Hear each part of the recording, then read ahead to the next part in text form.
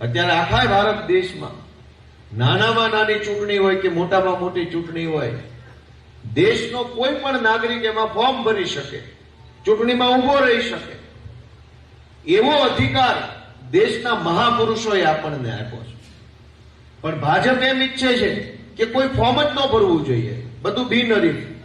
કેમ ભાઈ, ભાજપ વાળાના બાપાનો દેશ છે, અમારો નથી. અમે નથી આ દેશમાં રહેતા અને અમારા માટે આ દેશ નથી. બધું ભાજપ વાળા કેમ થોડું હાલવાનું છે?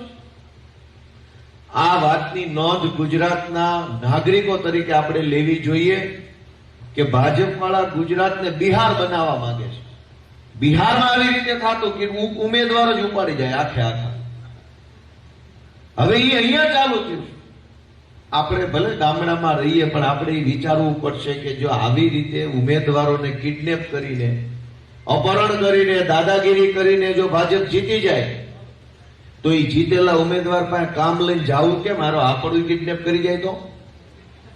ચૂંટણી પહેલા જો અપહરણ કરી જતા હોય તો ચૂંટાઈ ગયા પછી તો એ શું કરે અને એની પાસે જવું કેમ?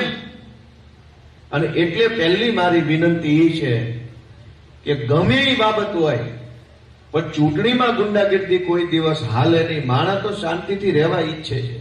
ગુંડાઓને કોઈ દિવસ મત અપાય નહીં, માથાભારે માણસોને મત અપાય નહીં. આપણી જેવો હોય, આપણા માંથી આવતો હોય અને આપણા વતી બોલે એવો હોય એને જ મત અપાય. અને આપણા જેવો માણસ માત્ર આપણી પાર્ટી આમ આદમી પાર્ટીમાં હોય છે એટલે એને ઝાડુના નિશાન પર મત આપો.